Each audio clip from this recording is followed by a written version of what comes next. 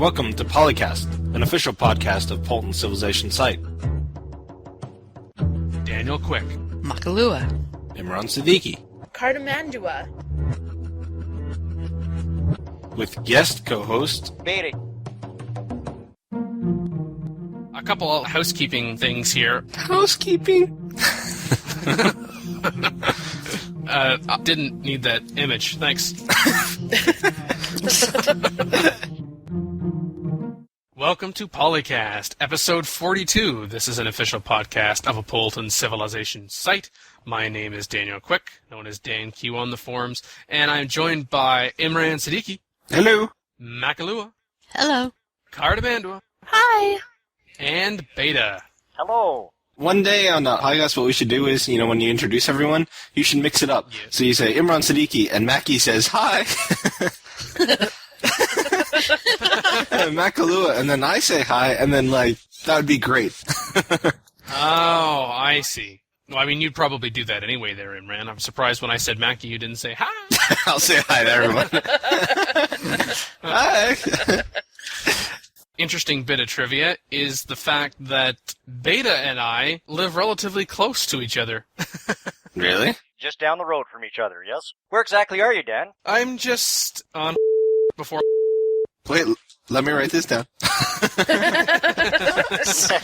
Your man's gonna stalk you now. As was asked in the last episode, where Kelly is, who goes by KMadeleine here on Apolyton and KMad Candy at CFC. Unfortunately, we do not know her status. She has been unavailable for some time. We hope that she is doing well and she will return shortly. But until then, Cartimandua, who guested on a previous episode this year and was also on the Christmas special that ended last season, will be our fourth regular. Welcome, Cartimandua. Thank you for agreeing to this. Thank you. You say that now.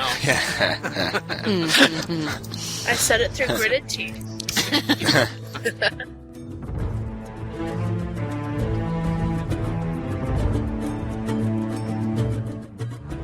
In Forum Talk, why build farms at all and why no building Espionage in Civilization 4?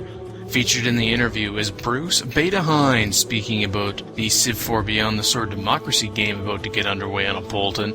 The first of a two-parter includes the greater history of DGs in the community. Over in the research lab, the case for withdrawal equivalent for defense in the Civ series. Seated in the Senate is what is a reasonable gift request and a new top 10 list by request, unique units in Civ 4. Then in the mailbag, feedback aplenty from Apolyton's 2008 April Fool's joke, the launch of a third PolyCast podcast.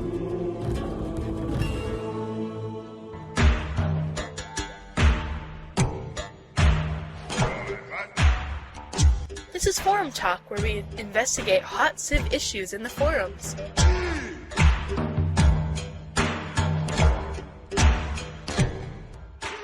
First topic is off of Civ Fanatics, and someone wanted to know, why build farms? Duh. Food? Why not? Big city? Maybe it's obvious to me and not them, I don't know. It seems kind of silly that any improvement would be completely useless. Well, there are workshops. I really hate... Oh, wait, never mind. Never mind. No, he didn't. Oh, he went there. Farms give you +1 food with irrigation, then later on, +2 food with biology technology, not to mention the possibility of terrain bonuses. But as Jaded Parakeet, who started this thread, asks, he's a cottage person. But indeed, if you start off with farms, then you can grow your city to allow you to work more tiles, so then you can actually build cottages later on. I mean, I'm one of these people that do not change their farms over, but certainly if your city has grown to the point that you want it to grow and you're able to be using specialists, I think that's key to have specialists, then you can actually start working cottages later. You're not committed to farms from the beginning of the game to the end if you choose that. I guess I can also appreciate, although I do not use the slavery civic, I think it allows you to... He's so moral. He's Canadian, come on. It does allow you to whip more, right? Because your cities are able to recover more quickly. Yeah, it has a use. Well, the other consideration, and particularly depending on the geography you're dealing with, quite often, if you're trying to put a city with a lot of mines together, the only way you're going to be able to support 5 or 6 mines is by having 5 or 6 farms sitting beside them to support that level of production. So it goes to something that I've never been that particularly good at, which, and yet they talk about it a lot in some of the strategy forums, is city specialization. And if the city's going to specialize in production as opposed to finance, then yeah, farms make great sense too. Someone points out in the thread that if, for example, later on in the game, if you have Beyond the Sword and you found and start spreading Sid Sushi, maybe if you're not particularly interested in farms and you want to switch over to cottages later on, you could just do that, found and spread Sid Sushi. So that will supplement your food income, and you can use your terrain for other purposes. Assuming you get Sid Sushi, assuming you get that far in the game. Don't die first. Which I never do. I had first-hand experience recently in the value of farms in a team pit boss game that's being played, and my teammate couldn't play, so I ended up having to take over playing his team as well. And when I took over the civilization, he was in last place, and looking at the reason for it, I could see that there was very little emphasis placed on building farms or food production, and just having a heck of a time trying to grow that civilization. So it actually meant I had to take some tiles apart, build farms on them to get the population up before the civilization could really start to work. So it was, to me, a pretty graphic evidence of, why you have to balance into building a civilization. Farms. Don't build your city without them. If you ate today, thank a farmer. If you're able to build a specialist, thank a farmer. There you are. You should put that in a field somewhere. Whoa. What about this, Dan? If you whip your thank a farmer. Outstanding in your field. Oh.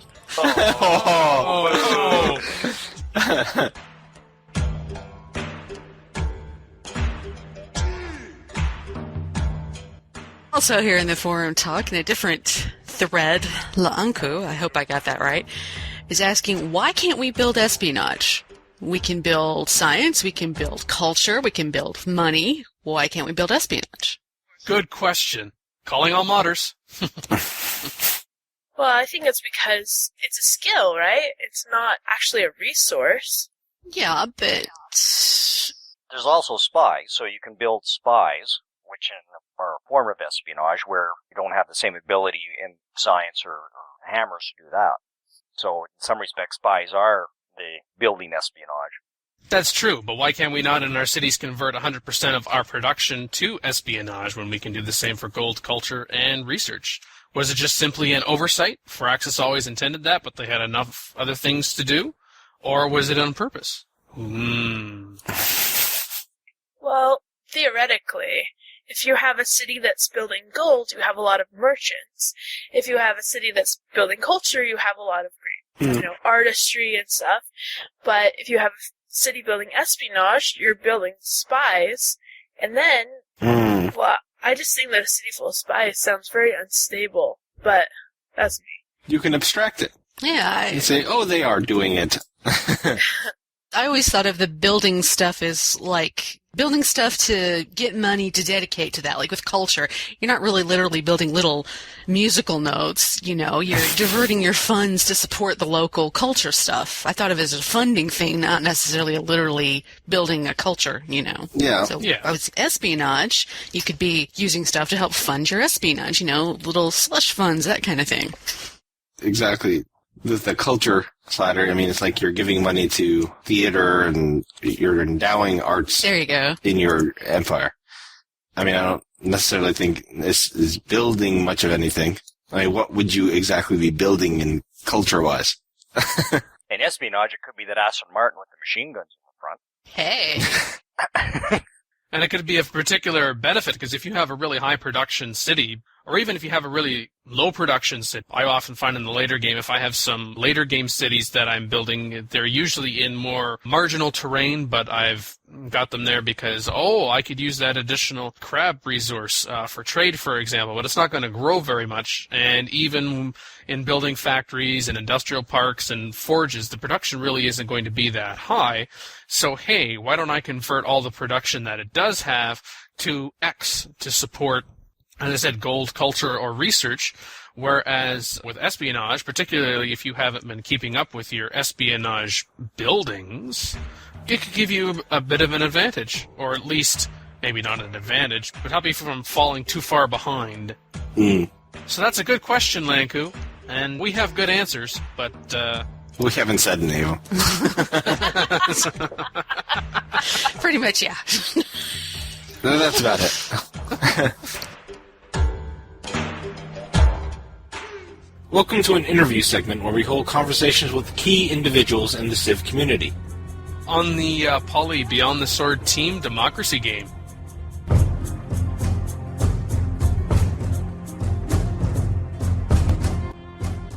Beta, pretend like we don't know anything about this, which would probably apply to Imran anyway, so it's not so far off. Yep.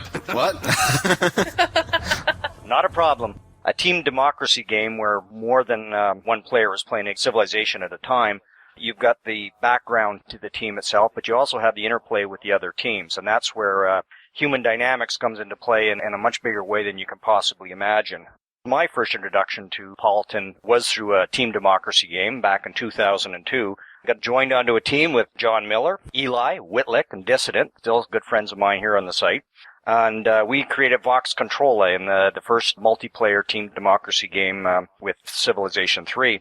It was great fun. Not only did you learn a lot about Civ, you get to know members of the community. First example I had of where Civilization actually goes well beyond the game, Beyond the Sword team democracy game, which Rob Warham and Nugog are starting up. There's a whole forum dedicated to that game, and I invite those who are interested to visit that forum.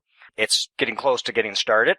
Couple of key things about a democracy game of this nature, though, which is first, a lot of interest at the start. Everybody's keen. What civ are you going to pick? What traits do you want? What's the map going to look like? The challenge here is, as everybody knows with Civilization, which can be a long game, played in either format, is how you maintain that interest over time. There's some real key things to that. One, which is having great administration wrapped around the game so that when issues do come up, they can get dealt with quickly and fairly, as the case may be. And having a good host, particularly in a pit boss, is critical. That was one of the problems we had with the early Warlords pit boss game was the hosting issues. And Astrologic has taken over hosting that game, and kudos to him. He's done a fabulous job. It's been a very stable game since we've got it going, and that's, I think, has helped get that game back on track. I'm scheduled to be the host for the Beyond the Sword game. Hopefully I can be as reliable as Astrologic has been, and we can get that game underway. I myself right now probably involved in about 8 different pit boss games that are running on a 24-hour turn timer. So now you know where I spend my days. New folks are all welcome, and the site is more than willing to engage people in discussion about what the game is about, what's required. And what people have to understand is that they can, the roles can be quite a range of roles, from team leader to team player to head of foreign affairs to teams always have lots of lurkers, people who can't commit to being there regularly, but will be there to put their input on key decisions or just to see how the game is played at that level. Team democracy game, it's been my passion on this site, and the reason I love Apolyton is because it does support the team democracy games so well. You're the head of the Templars, I see. Yes, I am the head of the Templars, yes. And that's the other joy of team democracy games, is that you can create some character around the team and do a bit of a mild role-playing or heavy role-playing, as the case may be. We as the Templars, we'd first decided that we wanted to be a heavily religiously oriented team, and Meadows, having finished the recent book, The Last Templar, had got us all enthused about being Templars again. We've all adopted the Maltese flag as the closest thing we can come to a Templar flag from this collection there, and we're pretty pumped about the game and looking forward to getting underway. Hallowed are the Ori? Oh wait, that's something else. Mr. Stargate. Yeah. So are a lot of the makeups of these particular teams, have we seen them in previous democracy games on site? And people, if they are in one democracy game and they go to another, do they tend to stick to more or less the same teams? Or That's an excellent question, and it sort of gets at the heart of this the question of team dynamics and the personal dynamics that can get created around it. As you may be aware, there was one of the 3 games, there was some quite hard feelings got created over issues of the way the game was played and accusations, and I think some of that could be because teams do tend to move on block from the people you're familiar with. You know, I played, I think, with Con MCB 25 now, and umpteen different games, and to the point where I call him my brother and vice versa. So lots of players do move from one team to the next, and so it's always good to see when people mix it up a bit and move to other teams. It's something I tried to do in the Pit Boss Warlord games, is start with a break from the folks I was playing with at Serantium and try and start a new team, and just to get to know new people and try and kind of keep the dynamics from becoming too cliquish.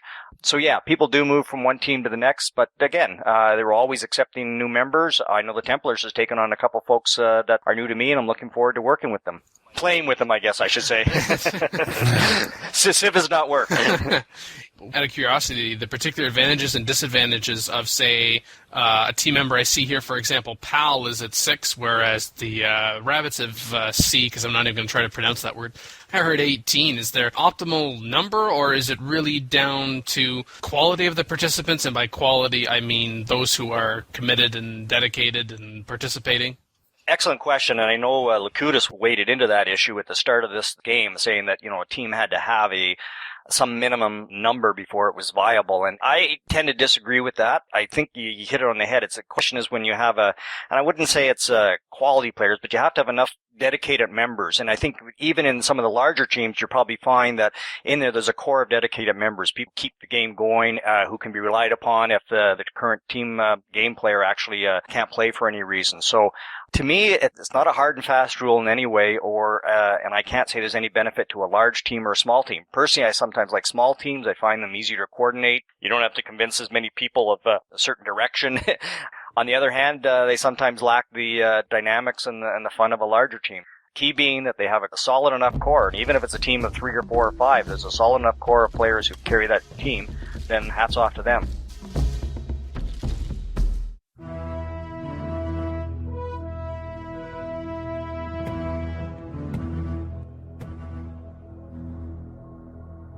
Come on into the research lab where we explore concepts that are not in Civ yet, but maybe in the future.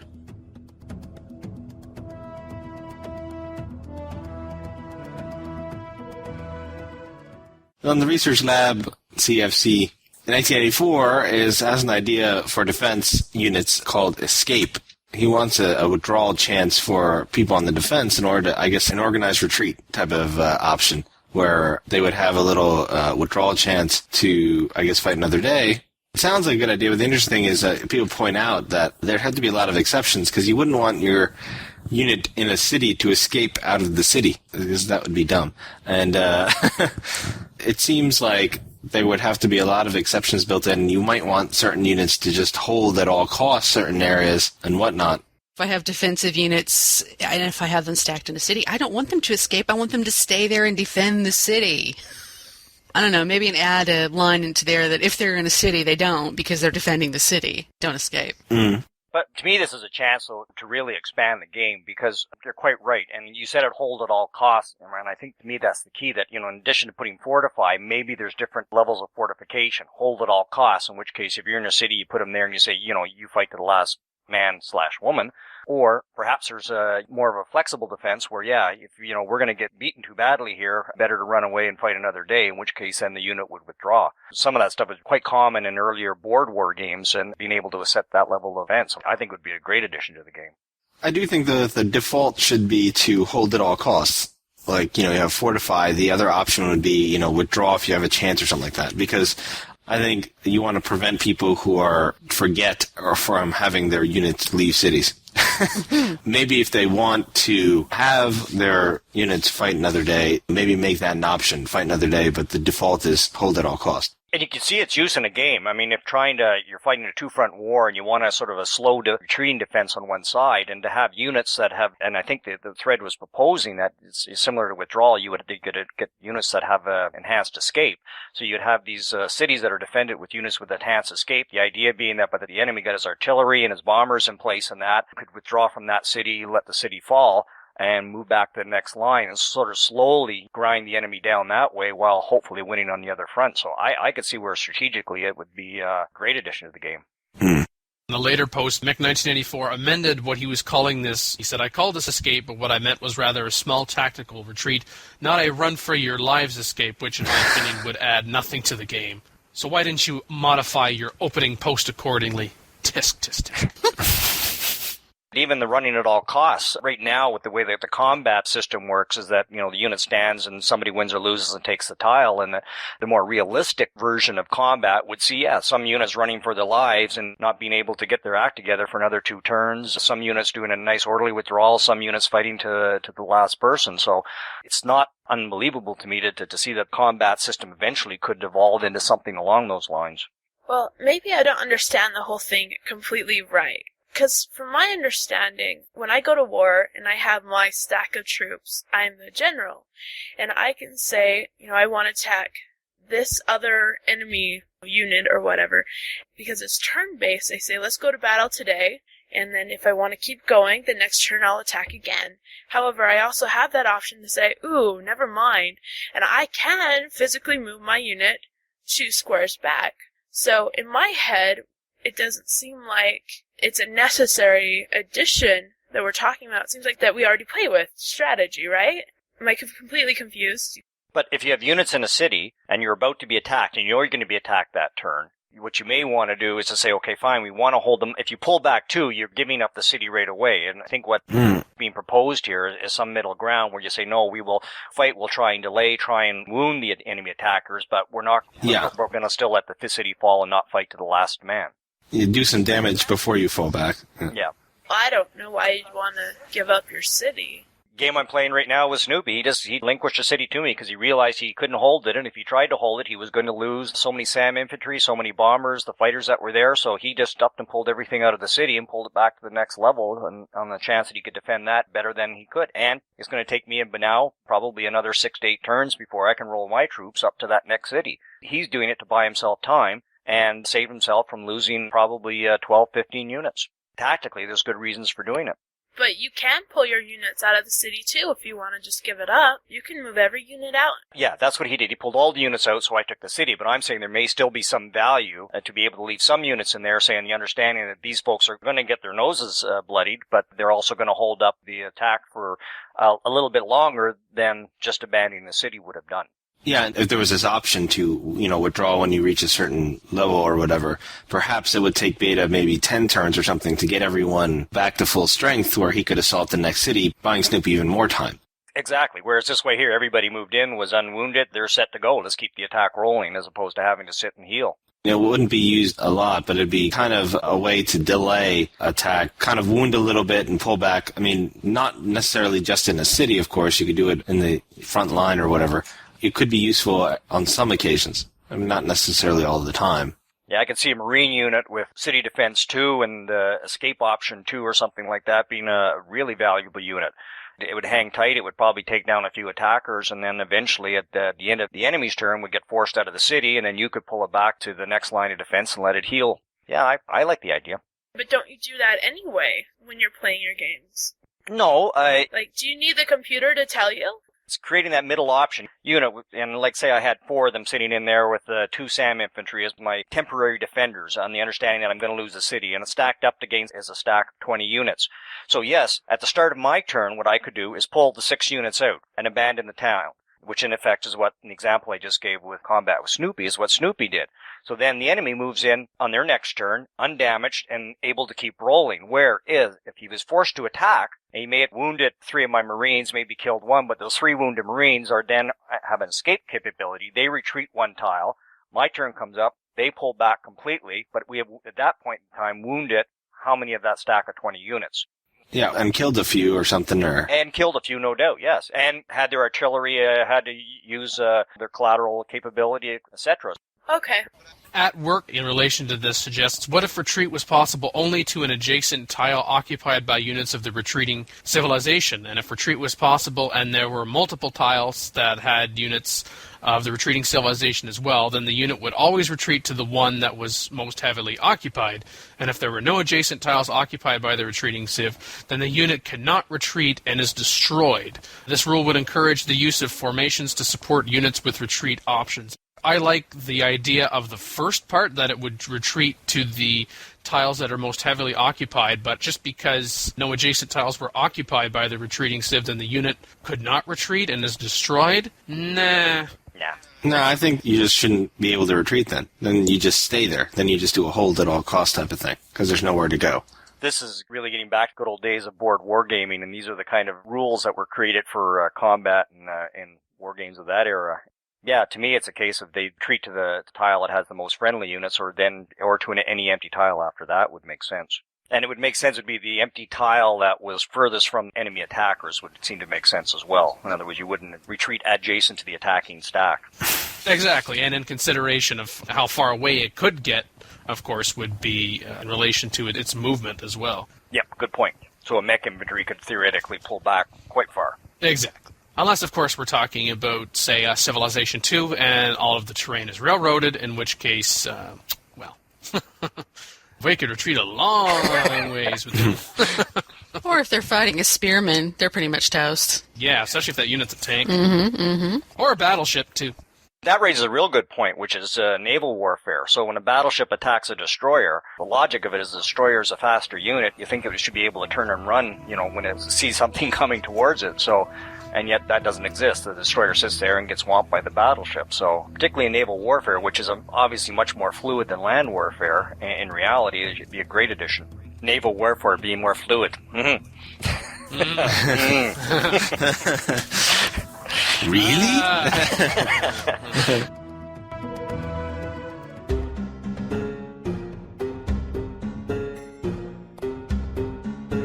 Welcome to the Senate, where we discuss game strategy.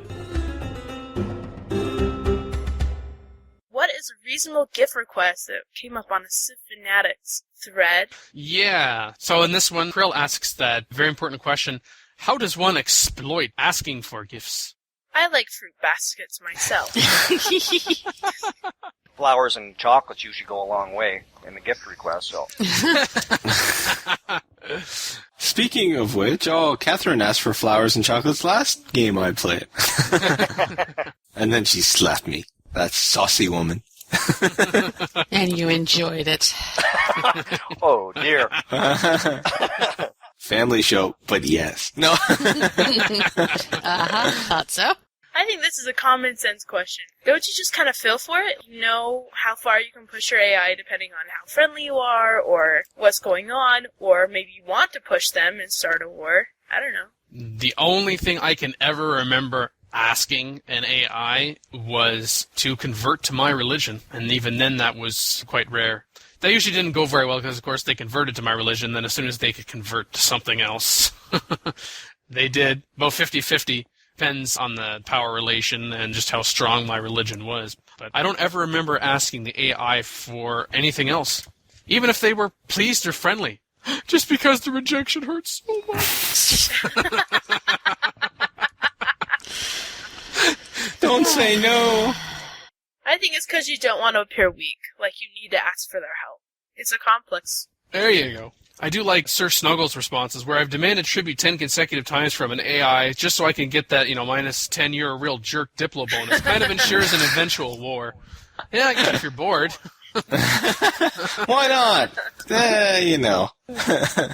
Yeah, I'm sitting here thinking as well, and I can't think of too many occurrences where I've used it either. I mean, if you're that much stronger than the civs you're friendly with, you probably don't need anything from them tech-wise or unit-wise. And you're quite right. The only time I can remember using it is a precursor to war. Keep asking them until they got a good reason to go. Yeah, you can drain their treasury and then fight them. Well, depending. The reverse isn't true. I mean, I've had many instances where the AI have asked you for things, and depending on the situation, it's better to give it to them than risk war on another front. And I didn't think their request was all that reasonable, but I went along with it. So don't fight me. It was more than fruit basket they were asking for. Oh. Never give up a fruit basket. Yeah, they wanted to know how to make a fruit basket. No. Whoa, hey, I'm not enabling you. Oh my gosh! Underwater basket weaving is a very fine skill of my highest artisans. I do not give that secret away. So you are confirming that you do have that technology. Good to know. I mean, I can't say it's a state secret. Oh. Oh! But we could ask for it. It's gonna be marked in red when you ask, so you can't actually ask. Just so you know. Uh-oh. Is that because you don't want to trade it yet, or you just don't like me enough? Both.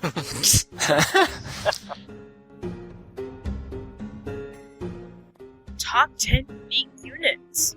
Ironic Buddha asked, since we had done top 10 lists on wonders, leaders, and leader traits, wondered if we could do a Beyond the Sword unique unit top 10 list in the future. I had said that, well, perhaps we'll do such a list on all Civ 4 unique units, including Beyond the Sword. I do have a top 10. Obviously, it's been so long since we had a top 10. I was going through withdrawal. Oh. I was done step 9 of 10 on the 10-step recovery program, but I quit. My initial comments was stemmed from the demo gaming, where a lot of the team members do argue for a Civ based on the unique unit, and I just have never found that in itself was enough to sway the decision one way or the other. I also find that a lot of folks want to diss the early unique unit, the Quechua and Chariot, and some of the others, and yet I generally would find those are the ones I'm fondest of, because I found at the early part of the game, including demo games, when things are at their most tender, shall we say, with other civilization, anything that gives you a military advantage early in the game, to me, is much more valuable than something that might give you a military advantage middle of the game or later in the game. So, do I have a top 10 list? Nope. So what's yours? Coming in at number 10 is the Ethiopian unique unit, the Oromo Warrior, compared to what it replaces, which is the Musketeer. It is immune to first strikes, has a first strike of its own, and it has both the first and second drill promotions. Number 9 is the Russian unique unit, which is the Cossack, has a large advantage over other mounted units and cannon. It has plus 50% versus cannon, plus 50% versus mounted units, although it is true that when it's going up against other mounted units, apparently it has a 15 strength instead of 18, but still very worthwhile. Number 8 is the Khmer unique unit, which is the Ballista Elephant. Its major bonus against mounted units never goes to waste because it always targets mounted units in combat outside of cities first. Number 7 is the Persian unique unit, which is the Immortal. It has an archery advantage, which is not found with either the Horse Archer or Knight, which is plus 50% versus archery units. Coming in at number 6 is the Bowman, which is the Babylonian unique unit. Has a bonus against melee units that you're not going to find with the Archer, which it replaces. At the halfway point on the list is the Viking unique unit, which is the Berserker. Berserker. The reason that it's here is if you only have copper but no iron, that's no problem. So as we can see already, just I think by going from number 10 to number 5, as you were getting at, Beta, a lot of people like to emphasize the later game unique units, but indeed, firstly, you need to be able to get there. Exactly. These earlier units can help you put yourself in a better position to be better in the later game, so cannot be ignored. Number 4 is the only naval unique unit that comes on this list, but that's the Dutch unique unit, which is the East Indiaman. It is second only to the transport as the best transport unit. It carries 4 units instead of 3. Bombardment ignores walls and castles. Coming in at number 3 is a unit that Beta actually mentioned, the Quechua unit, the Incan unique unit. Big bonus against archer units, plus 100%, and also starts with the combat promotion. Coming in at number 2 is, of course, the Roman unique unit, the Praetorian. Hooray. I was going to say, if this is not in your top 10 list, we're going to have to talk. Big boost over Swordsman here. And then finally, the number 1 unique unit in Civilization 4, taking into account Civ 4 and the Warlords and Beyond the Sword expansion packs, the Indian Fast Worker. Its fast speed makes it worthy already, and if you happen to have a leader that has the expansive trait, it makes it supreme because you get an extra 25% work advantage out of them. All right. So, what I found interesting about going through that top 10 list is there wasn't a lot of boos and jeers and what the fuck and all that kind of stuff. Well, there almost was until you got to Praetorian. I'm like, well, it better be in there. We were politely listening Oh. in anxious anticipation. I was reading other stuff, actually, but okay. He's reading Yahoo Finance again. You give me too much credit. Oh, prawn, is it? Prawn!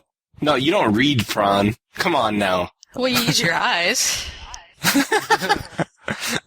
I'm a big fan of the Cossack, and I think I put in a comment in your list. I think I would have put the Cossack higher on the list. It sort of flies in the face of my earlier comment about earlier era units, but I often found the Cossack a really powerful unit and can help sway the game at that point.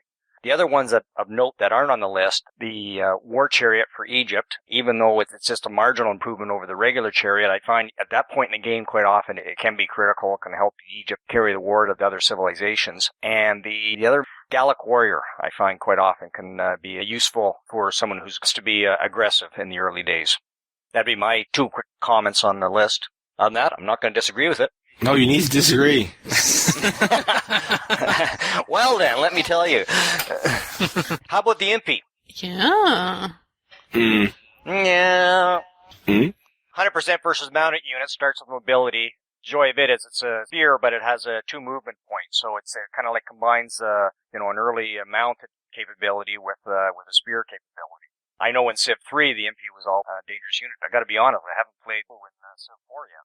I've had them a few times as random, but the thing is, while the mobility is good and everything, it can get you into trouble because I can just run over all these cities and then you sort of overrun, try to take over too many too fast, and then you find yourself going, oops. Dope. And you end up having to give away those gift baskets. Yes, exactly. I like the Holy Roman Empire's Launch Connect because it replaces the pikemen, and you get 100% versus mounted units and 100% versus melee units, and then it also upgrades to a rifleman or grenadier, and I just like it, and I kind of like the name. There's only one problem with that, Cartimandua, and you see, we're talking about unique units for civilizations, and the Holy Roman Empire... Don't start, Dan. We could talk about the Byzantine Cataphract. I don't like to build knights a lot of the time, but this unit seems to make knights worthwhile. They're stronger than knights, and they have good flank attacks. And a very cool name. True thing. I'm all about the names. All right, so Ironic Buddha, we hope this list was up to your standards and worth the time it took you to post a suggestion. Yep. There is a good way for competitive play and to have other people give you advice. That's the Apolyton University. And we would find that where? Jeez. Apolyton.net/forums. Really? Wow. How could I figure that out from Apolyton University? I don't know. Sometimes I wonder.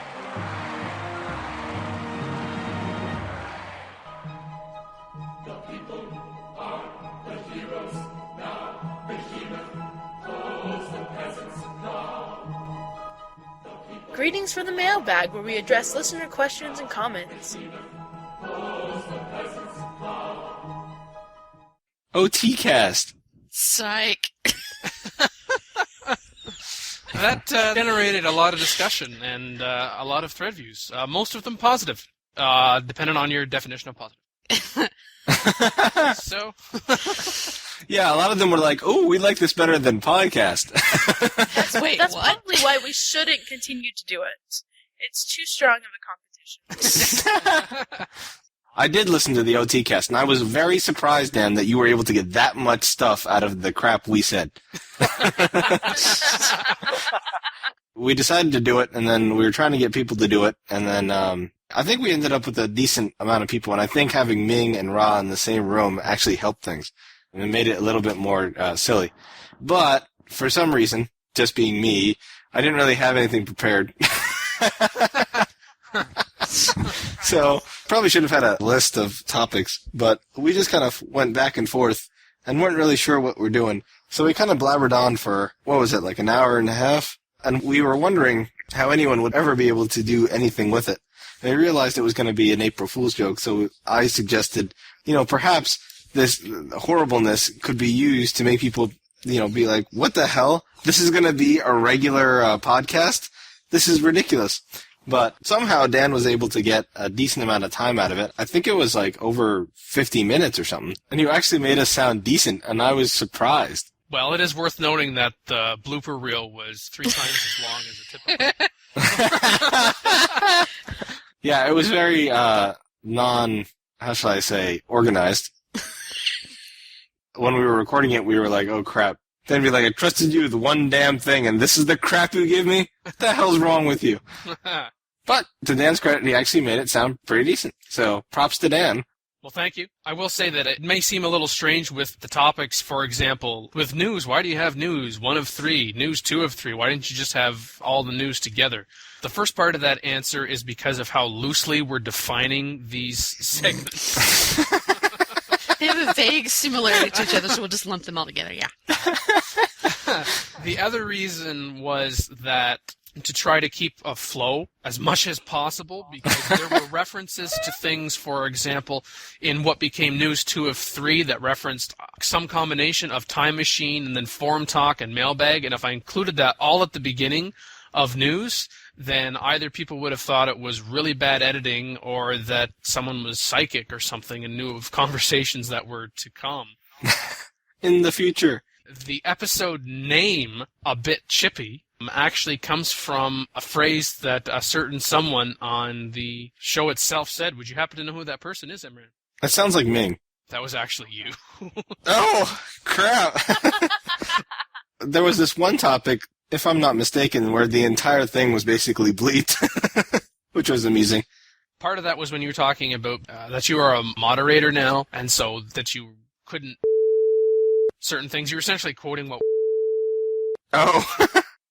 Yeah, I mean, one of the reasons, though, I did think that it was hard to get a good time was in PolyCast, and I assume in Modcast, when we mention certain individuals, sometimes they're bleeped out. And we spent a lot of time mentioning a lot of individuals in the OT cast. But Dan left them in for the OT cast. I mean, I'm part of the joke or whatever, but, you know, certain individuals where if I would say it right now, there would be a bleep on their name. Well, that's just bringing the spirit of the OT forum into life, right? Exactly. Mm-hmm. And this, you know, the thing about essentially this kind of laissez-faire attitude, like we'll release an episode when we release an episode. I mean,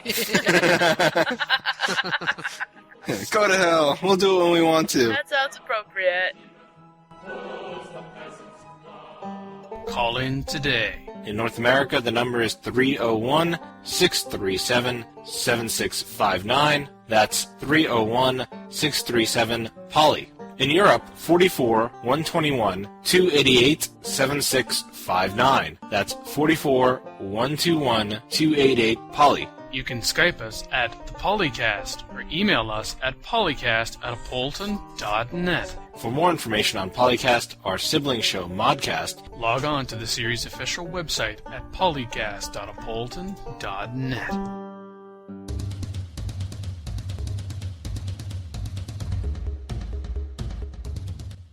Sid Meier's Laundromat. I definitely wanted to talk about that one. I thought that was well done. Sid Meier is famous for creating giant heaps of dirty clothes with the just one more load effect. So it's coming in 2009, and then in 2010 we can look forward to Sid Meier's Porta Potties. Just one more dump. That sounds like a shitty idea now. Oh, he just had to go for the obvious joke. Oh. You've been listening to episode 42 of PolyCast, official podcast of Apolyton Civilization Site. I am Imran Siddiqui. Bye. I'm joined by DanQ, Daniel Quick. You want to kick me? Hey. Dan kick Dan. I'll kick you first. Bye. Makahlua. Bye. Annalee, known as Cartimandua on the forums. See ya. And we were joined by Beta. Thank you for the invite. Oh, you're welcome. I'm amazed you accepted. Well, no.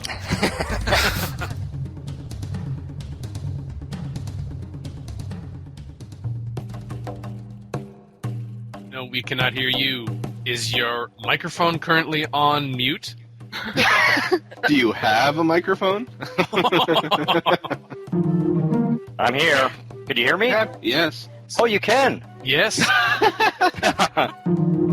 Click on the link that Imran has provided. Normally that's a bad idea, but it's okay. I have no roads. My city is natural. Natural. What the hell? Natural. Well, one last little clip if I could, and then you can either toss it or keep it. Is that okay? I'm sorry, can you say that again? I'm reading the chat. Don't read anything we're writing. It's a personal conversation. You get it from Imran, I think. Half my age plus 7. How do you get a negative number?